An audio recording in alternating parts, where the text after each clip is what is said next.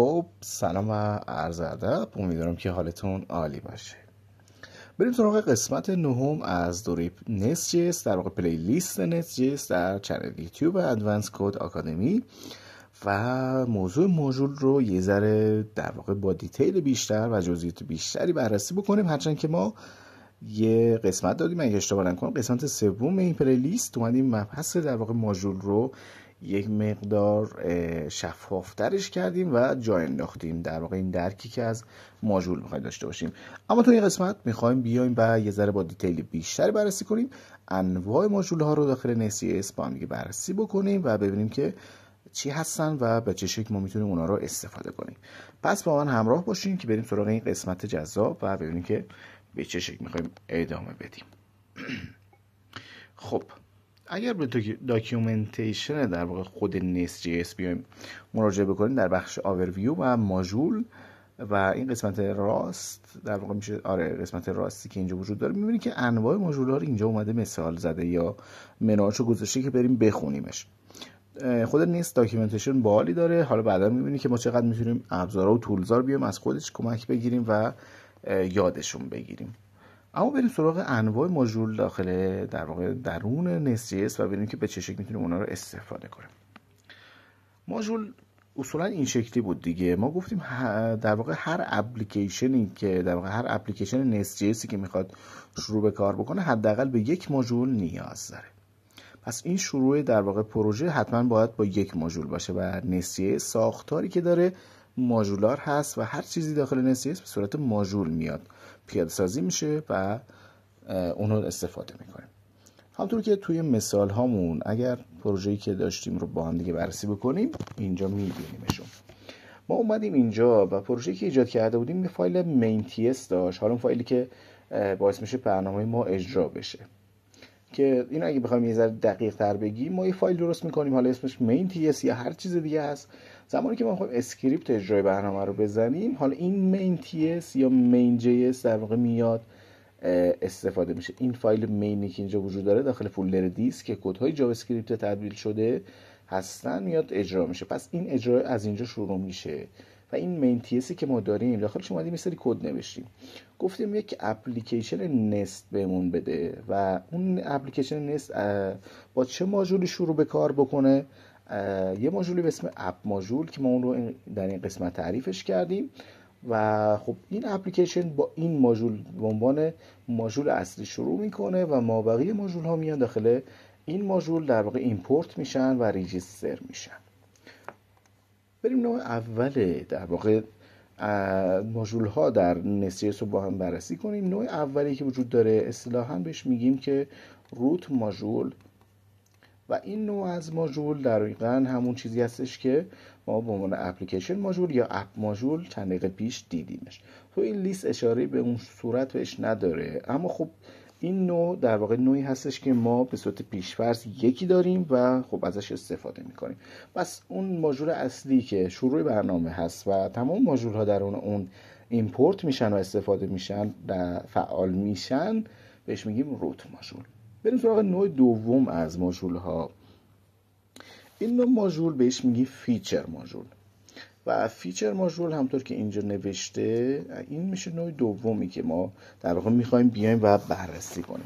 فیچر ماژول تمامی در واقع فیچرها و اون مواردی که ما میخوایم پیاده بکنیم داخل اپلیکیشن به عنوان فیچر ماژول شناخته میشن. در واقع اینجوری بگیم برای هر بخش از اپلیکیشن ما یه ماژول جدا درست میکنیم. مثلا اگر یک وبسایتی داریم یا اپلیکیشنی داریم که کار در واقع فروشگاه اینترنتی رو انجام میده، ما میایم یک ماژول درست میکنیم به اسم پروداکتس ماژول و بخش محصولات رو داخل این ماژول قرار میدیم. این اصطلاحاً بهش میگیم فیچر ماژول.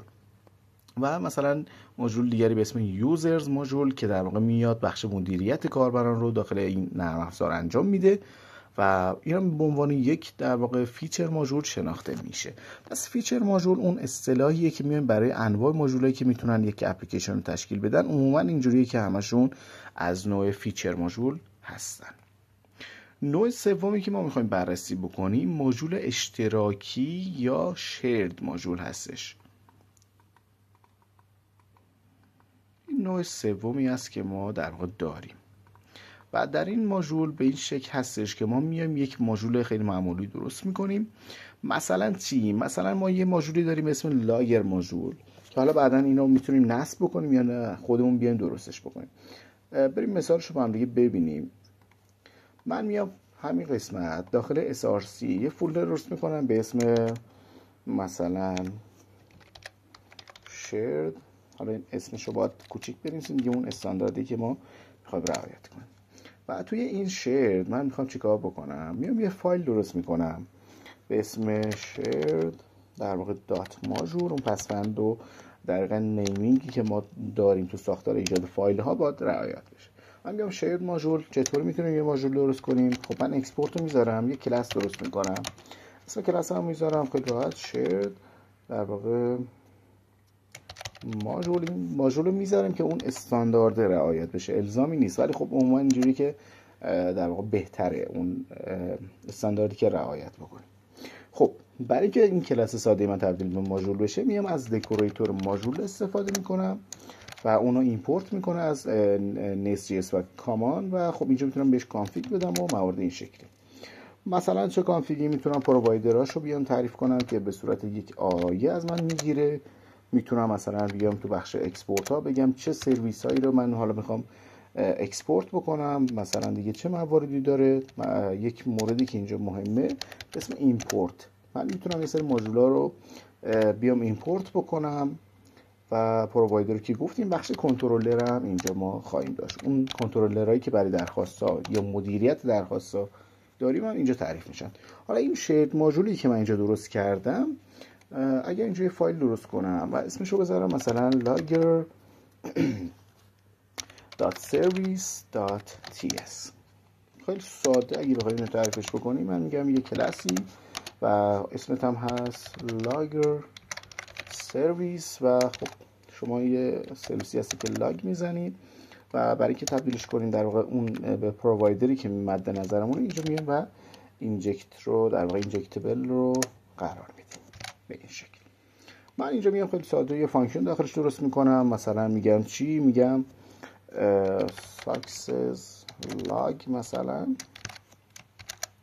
حالا میام توی این خیلی ساده اگه بخوام بگیم console.log معمولی رو میزنم و تو ورودی اینم در واقع میخوام چی بگیرم؟ میگم مسیج رو بهم بده و از جنس استرینگ.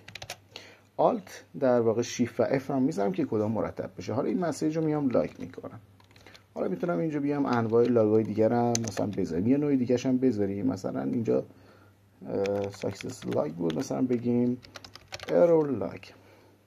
دوباره مسیج رو میگیرم و در واقع اینو میذارم. حالا در نهایت مثلا میتونیم یه کار باحالی هم بکنیم، بیایم از این بکتیک ها بذاریم و به علاوه رو بذاریم و بگیم که حالا میتونیم توش هم استفاده کنیم. حالا اوکی من اینجا میتونم بگم که مثلا اینفو دو نقطه اینو میذارم اولش که اون استاندارد لاگینگ ما مثلا رعایت بشه و اینا میگم که خب ایرو. میبینید که یه سرویس لاگر درست کردم، توش میتونیم دو تا فانکشن استفاده کنیم، ایرور رو ساکسس لاگ. و حالا میخوام این سرویس همو بیام داخل شیرد ماژولی که اینجا دارم در واقع ریجستر بکنم. میام تو بخش پرووایدرها، چون سرویس تکیه بدون اینترفیس و موارد این شکلی خیلی ساده اینجا میام و قرارش میدم. اگه بخوایم اونو ایمپورتش بکنیم هم میام اینجا و روی این میذاریم و ایمپورت میشه. خب حالا لایر سرویسی که من درست کردم میتونم اینو بین چند تا در واقع از ماژول ها بیام استفاده کنم. من این شیرد ماژول رو میام چیکارش میکنم؟ میام اینو تو اپم اول اینکه قرارش بدم. اگر آلت شیفت و نقطه رو بزنیم به صورت خودکار ایمپورت میشه. حالا میام خیلی ساده این ماژولی که اینجا داشتم من توی یوزر ماژول میام استفادهش میکنم و به این شکل اگر در قسمت پرووایدرها بتونیم در قسمت ایمپورت اگر بتونیم اون رو قرار بدیم. خب پس من میام در قسمت ایمپورت میام این ماژول خودم رو قرار میدم، اینجا کاماشم بذارم و اینو ایمپورتش میکنم و حالا میتونم از اون سرویس هایی که مورد نیازم بود بیام استفاده کنم. مثلا چه سرویس اینجا ما داشتیم؟ لاگر سرویس.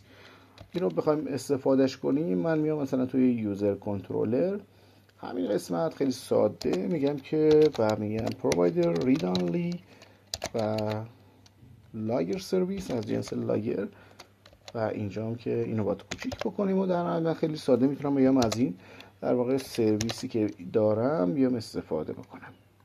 به این شکل میتونیم از ماژول اشتراکی بیام استفاده بکنیم و خدماتش رو دریافت بکنیم.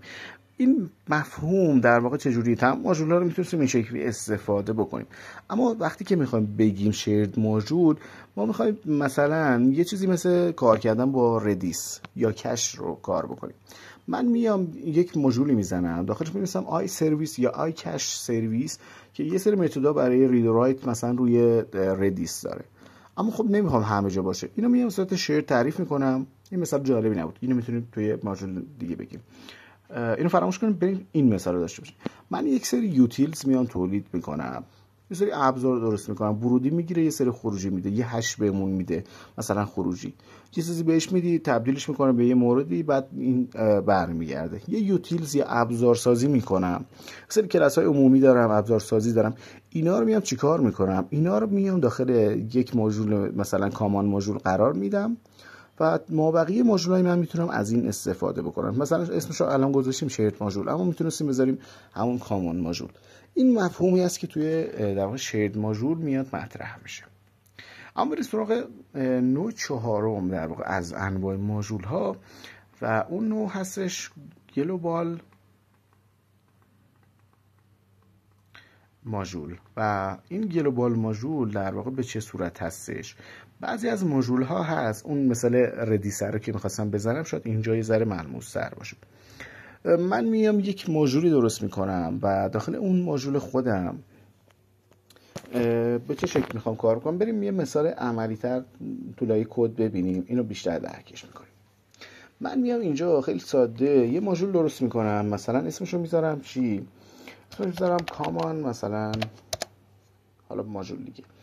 میام اینجا و میگم که خب common.module.ts برای که یه ماژول درست کنیم خیلی ساده میام یک کلاس درست میکنم و میگم که اسم شما هست مثلا common ماژول و به این شکل.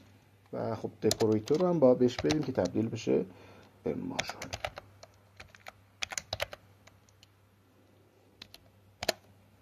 و اینم داخلش به این شکل. خب من توی این کامان ماژولم در نظر بگیرید، حالا توی این لایه میام یک سرویس درست میکنم، مثلا اسمش رو میذارم کک مثلا یا کش سرویس سرویس و این سرویس رو بیام اینجا با هم دیگه درست کنیم خیلی سریع. بگیم که کش در واقع سرویس و توی اون بیام یک فانکشن بذاریم مثلا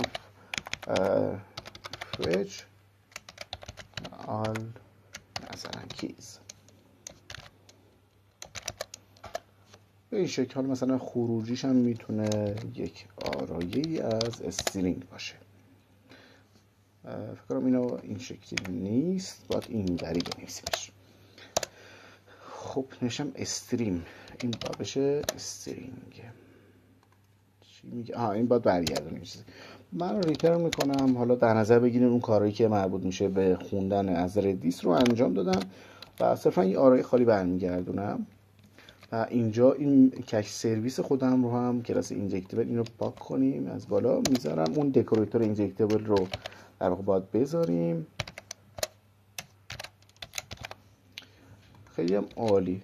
من این کش سرویسی که اینجا دارم رو میام توی ماژول خودم و در بخش اکسپورت، البته تو بخش پرووایدر من اول باید اون رو تعریفش کنم که این قسمت میشه.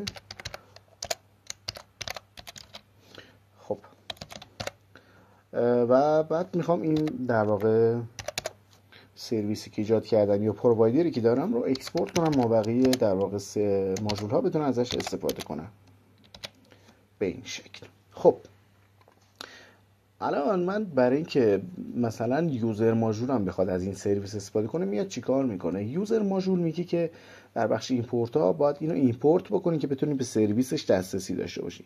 اما توی نوع ماژول گلوبال ما میام چیکار میکنیم؟ میام از یه دکوریتور اینجا استفاده میکنیم به اسم گلوبال و این گلوبال در واقع میاد چیکار میکنه؟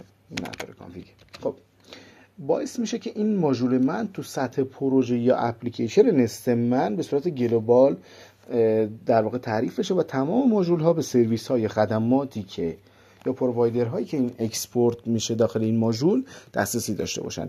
یعنی وقتی که من میام از نوع گلوبال میذارمش، البته که این خودش باید بیاد و توی اپلیکیشن در واقع اپ ماژول این قسمت ریجستر بشه، اما چون از نوع گلوبال میام تعریفش میکنم، تمامی سرویس هایی که وجود داره بدون اینکه ایمپورتی نیاز باشه تو دیگر ماژول ها میتونن استفاده بشن و خیلی راحت این مورد رو پوشش میده. پس این نوعی هستش که در واقع بهش میگیم ماژول سراسری یا گلوبال ماژول که اونو داریم. اما بریم سراغ نوع بعدی از انواع ماژول و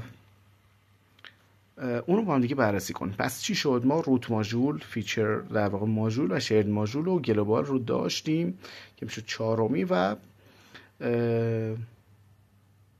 بریم سراغ در واقع نوع دیگر، نوع پنجمی که ما اینجا خواهیم داشت.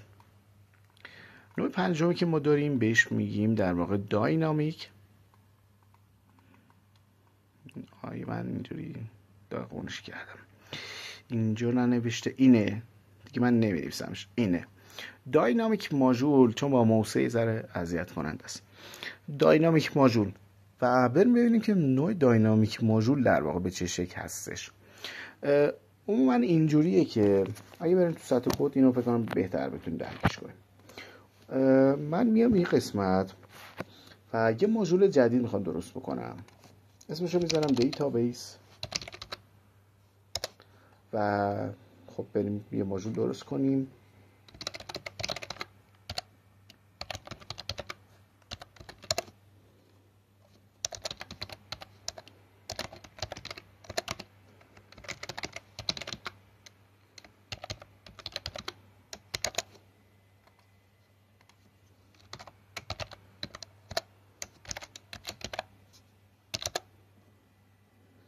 ماژول ها زمانی که میخوان در واقع بیان تعریف بشن اینجوریه، یا بیان استفاده بشن داخل ماژول دیگه. ما مثلا این دیتابیس ماژولی که من دارم اگه بخواد توی مثلا یوزر ماژول استفاده بشه میاد ایمپورت میشه و ایمپورت شد دیگه راحت استفاده میکنیم.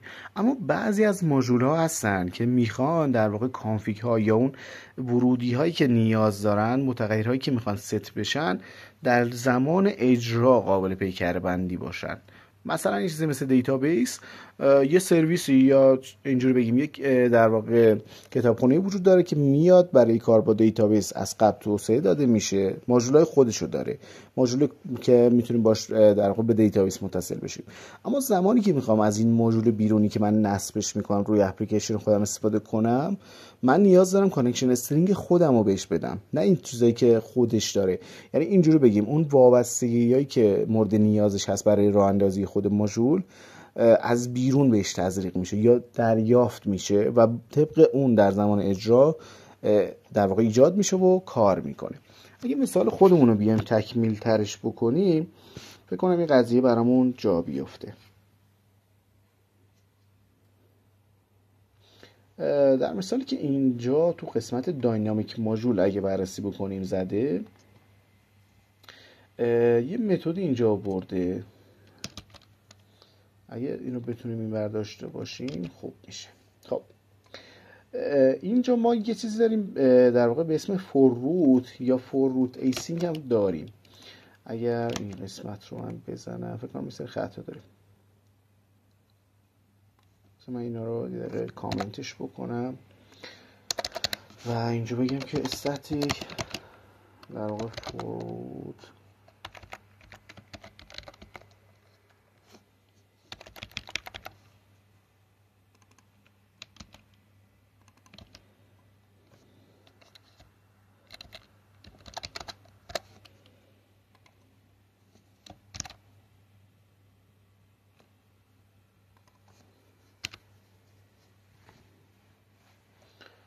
اگر این قسمت بریم و در اینجا فکر کنم یک ایمپورتی داره که ما اونو انجامش ندادیم. آره اینو میتونیم به این شکل هم بگیریمش.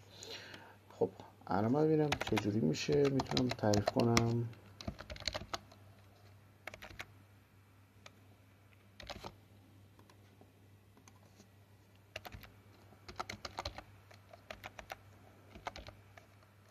این فور روت داشت و فور روت ایسینگ دلیلش چیه که نمیشه تعریفش کرد؟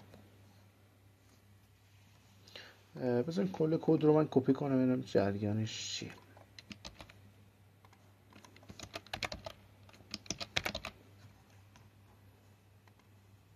پرووایدر که نداریم، اینم نداریم. حالا اگه اینم این قسمت برش دارم، اوکی، یه آوررایدی هست که اینو ما باید بنویسیم. فور روت داریم و فور روت ایسینگ برای مواردی که ما میخوایم ایسینگ کار بکنیم. اما بیایم توضیحشو بدیم، بعدا اینو تو مثالای جلوتر با هم دیگه بررسیش بکنیم. اما مثال چیه؟ میگه من میخوام در واقع کانفیگ میگیره. وقتی میگیم فور روت، من این دیتابیس رو زمانی که میخوام بیام ایمپورتش بکنم، میام از این متد فور روت، اینی که اینجا نوشته شده با این اسم، کانفیگ رو انجام میدم. میگم این دیتابیس مثلا ورودیش انتیتیه، حالا من در واقع اینو میاد این شکلی میاد ماژولا پرووایدراش رو ریترن میکنه. اگه این قسمت رو من خالی بذارم، خب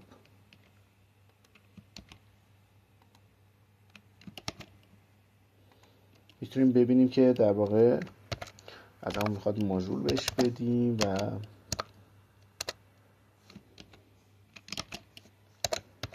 این قسمت و ببینیم که اوکی.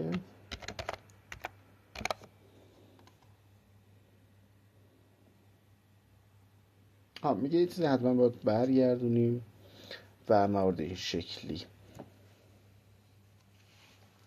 بذاریم ببینیم چی میتونیم اینجا برگردیم. مثال خودش داره برای این موضوع یا نه؟ خب اوکی، اینو مثالش رو جلوتر میبینیم. یه مقدار تا بخوایم توسعهش بدیم زمان بیشتری ازم میگیره. اما بیایم رو داکیومنتیشن خودش این رو جلو ببریم. در این قسمت ببینید چه توضیح میده. میگه که شما میای ماژول خودت رو، اینو میبینیم جلوتر، صرفا میخوایم اون موضوع رو در واقع دنبال بکنیم و حالا درگیر کدی نشیم که فعلا دیباگ نیاز داره.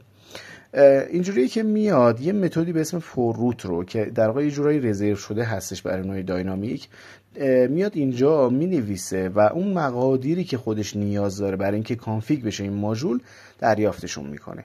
میاد تو ورودیش لیست انتیتی ها رو میگیره و یک آپشنز که اینو میده به یک پرووایدر یا سرویسی و در نهایت اون پرووایدر رو میاد اینجا تو قسمت اکسپورت و پرووایدرها ریجستر میکنه. و حالا این ریجستری که انجام شد چطور میتونیم از این ماژول استفاده کنیم؟ این تبدیل میشه به نوع داینامیک. بس اتریبیوت یا در واقع دکوریتور نداریم که بذاریم بالاش، صرفا اینجوریه که میایم با استفاده از این متد این ماژول رو در واقع کانفیگ یا ریجستر میکنیم. به این شکل میاد تعریف میشه. زمانی که من میخوام بیام توی اپ ماژول اون استفاده کنم، میگم دیتابیس ماژول و یه چیزی به اسم فور روت دارم، اون متدی که دیدیم، و توی اون میام ورودی ها رو میدم و این ماژول شروع میکنه به ایجاد شدن و در واقع در زمان اجرا میشه بهش کانفیگ داد و ستاپش کرد. حالا یه متد دیگه هم میتونیم داشته باشیم اسم فور روت ایسینک برای مواردی که میخوایم با در واقع دیتابیس کار کنیم، یا آیو بند داریم و در واقع ایسینک اویتی میخوایم کار بکنیم دست پرامیسا، و به این شکل میتونیم در واقع این نوع رو داشته باشیم و کانفیگ هاشو بهش بدیم. پس این چون نوع داینامیکی که ما میخواستیم بگیم که حالا اینو جلوتر خیلی ازش استفاده میکنیم، مخصوصا که میخوایم از دیتابیس یا سرویس های دیگه استفاده کنیم، کاملا به صورت داینامیک اونا رو میتونیم بیایم و کانفیگشون بکنیم. خب بریم سراغ نوع آخر و ببینیم که نوع آخری که ما در واقع داریم، نوع ششم از انواع ماژولات چی هستش. نوع ششمی که ما داریم یک مفهومی هست به اسم سیرکولار، در واقع بد نوشتمش، بزنیم دقیق تر بنویسیمش. پس این شد قسمت در واقع ششم.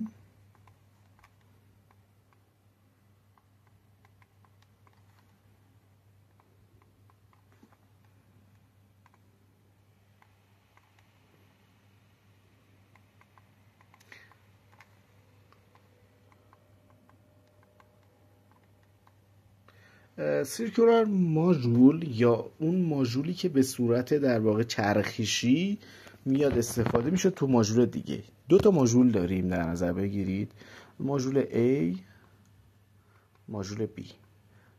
ماژول A میخواد بیاد از سرویس های B استفاده کنه، ماژول B هم میخواد از سرویس های A استفاده کنه. حالا کدوم بیاد کدوم رو ایمپورت کنه ماژولشو تو خودش؟ دوتاشون دارن ماژول های همدیگه رو در واقع صدا میزنن. این B میاد ماژول A رو تو خودش ایمپورت میکنه و A میاد ماژول B رو تو خودش ایمپورت میکنه. این میشه اون نوع ماژولی که ما میخوایم استفاده کنیم و اگر وابستگی در واقع ما به این شکل بیاد استفاده بشه یا اون ایمپورت ما به این شکل بخواد استفاده بشه، دچار چالش میشیم که حالا این راه حلی داره که اون رو با هم دیگه بررسیش کنیم. بریم یه مثال از این سیکولار در واقع ماژول ببینیم و ببینیم که به چه شکل میتونیم رو انجام بدیم. خب برای این مثال من این دیتابیس رو دیگه پاک کنم، دیگه خورد به خطا و درصدش رو داشتیم که دیگه اوکی باشیم. بریم سراغ این مثال. اگه این مثال رو بخوام با هم دیگه پیاده بکنیم، همون یوزر ماژولی که اینجا داشتیم خوبه.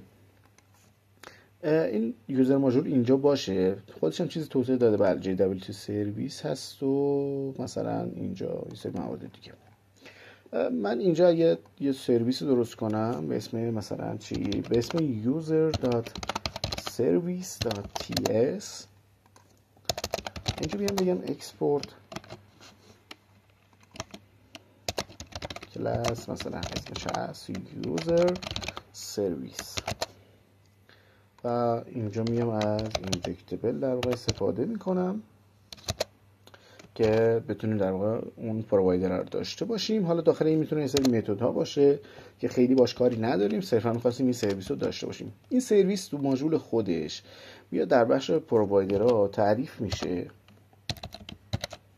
و این ماژول میاد تو بخش در واقع اکسپورت خودش این سرویس رو قرار میده که مابقی در واقع ماژولا بتونن ازش استفاده کنن. حالا من میام اینجا یه ماژول دیگه درست میکنم به اسم چی؟ به اسم آت ماژول.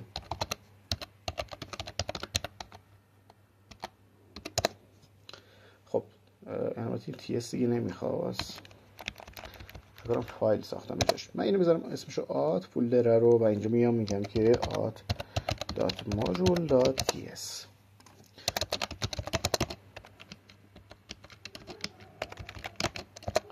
خب من میگم که کلاس در واقع آد ماژول و بریم دکوریتورش رو هم بهش بدیم و ببینیم که به چه صورت. خب این خود آت ماژولی که اینجا وجود داره، یه آت سرویس هم براش بسازیم.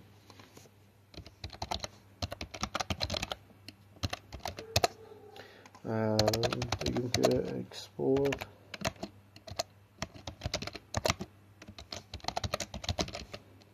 آت کلاس چی؟ آت سرویس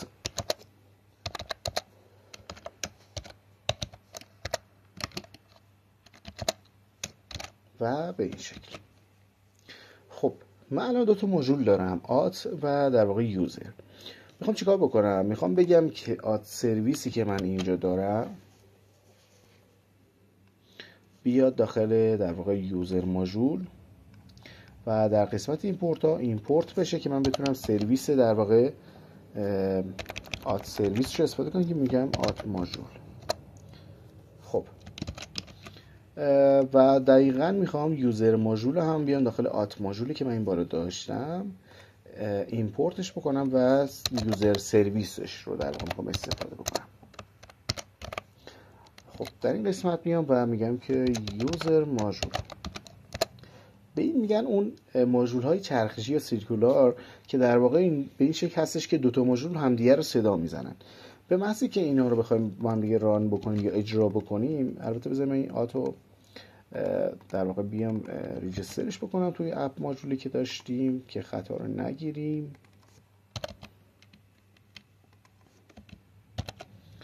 ببینیم چه اتفاقی میفته.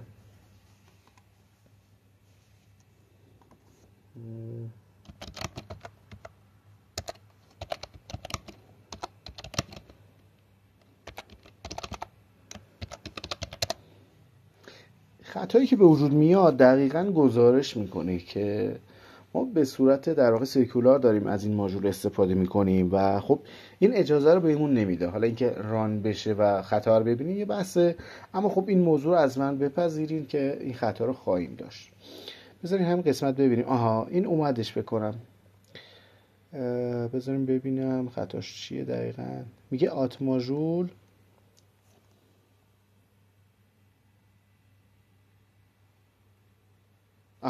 دقیقاً همون خطایی که مد نظر هست. اینجا سیکولار دیپندنسی در گزارش میکنه و میگه که دقیقاً این اتفاق افتاده که اومده آتو داخل قسمت ایمپورتش استفاده کرده و این خطا رو ما اینجا داریم میبینیمش.